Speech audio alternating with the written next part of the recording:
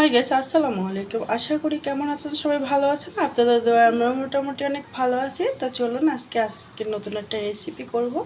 তো দেখেন, এই যে দেশি মুরগি দিয়ে মিষ্টি কুমড়া দিয়ে রান্না করব। যেহেতু এটা আমার বাচ্চার খাবার, তো আমার বাচ্চার সাথে সাথে আমিও খাই। কারণ আমরা মানুষ দুজনেই, আমার হাজব্যান্ড অবশ্য দেশের বাইরে থাকে।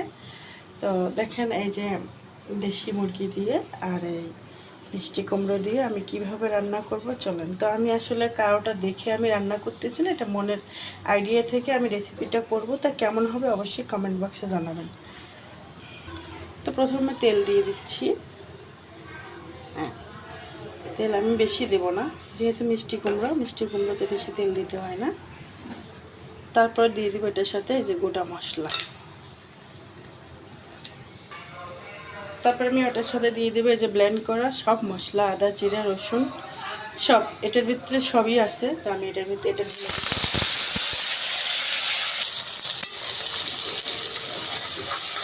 তেলটা একটু বেশি গরম হয়ে গেছিল। তারপর আমি দিয়ে দেবো হলুদ। পাশের বাড়ির বাচ্চাটা গান করতেছে। আমি হলুদ দিয়ে দেবো পরিমাণ মতো, যেহেতু আমি কাঁচা মরিচের তরকারি খাই, আমি এটার ভিতরে আমি শুকনো মরিচ দেবো না। দিচ্ছি লবণ, সবটাই পরিমাণ মতো দেবো। কারণ মিষ্টি কুমড়া তো কোনো কিছুই বেশি হলেও ভালো লাগবে না, কম হলেও ভালো লাগবে না, একদম পারফেক্ট দিতে হবে। তা আমার মনে হচ্ছে হলুদ আর একটু লাগবে, তাই আমি আর একটু হলুদ অ্যাড করলাম, সামান্য একটু।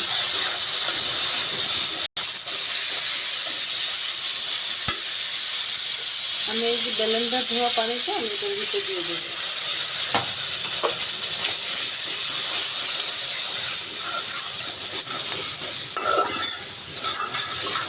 গাইস, আমি রান্না করি ভালোভাবে, আমার তরকারিও দেখতে অনেক সুন্দর হয়, কিন্তু আসলে আমার ক্যামেরার কারণে হয়তো মানে কীরকম একটা লাগে। আমার হাতে এত দামি ফোন না, ঠিক আছে?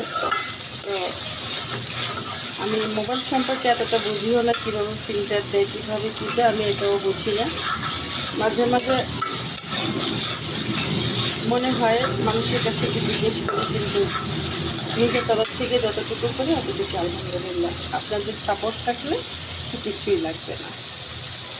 কারেন্ট চলে গেছে। তো গাইস, আমাদের এখানে বিদ্যুৎ চলে গেছে। তো যাই হোক, মোবাইলের লাইট দিয়ে করতেছি। এবার আমি ধরে রাখা চিকেনটাকে এটার ভিতরে দিয়ে দেবো।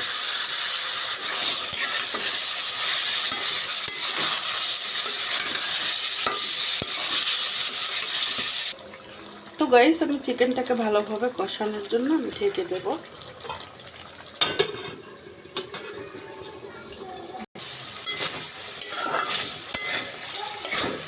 তো গাইস, মোটামুটি কষানো হয়েছে, এবার আমি মিষ্টি কুমড়োটাকে দিয়ে দেবো।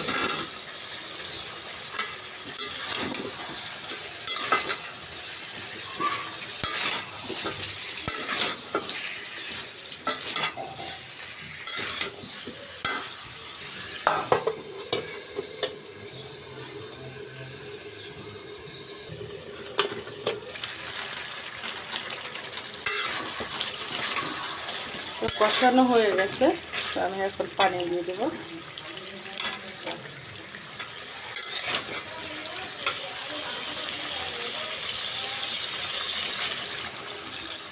বেশি পানি দেবো না, অল্প পরিমাণ পানি দেবো।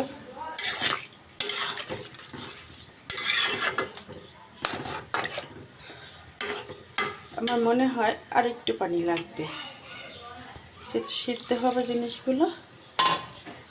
আমি আর দেবো না।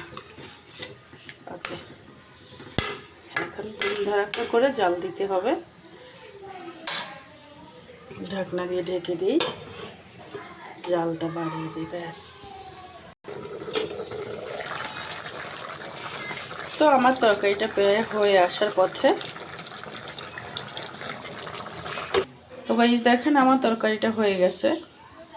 আমার রেসিপিটা কেমন হয়েছে অবশ্যই কমেন্ট করে জানাবেন, এবং বেশি বেশি করে পাশে থাকবেন, লাইক করবেন, কমেন্ট করবেন, শেয়ার করবেন, সাবস্ক্রাইব করবেন। আল্লাহ হাফেজ।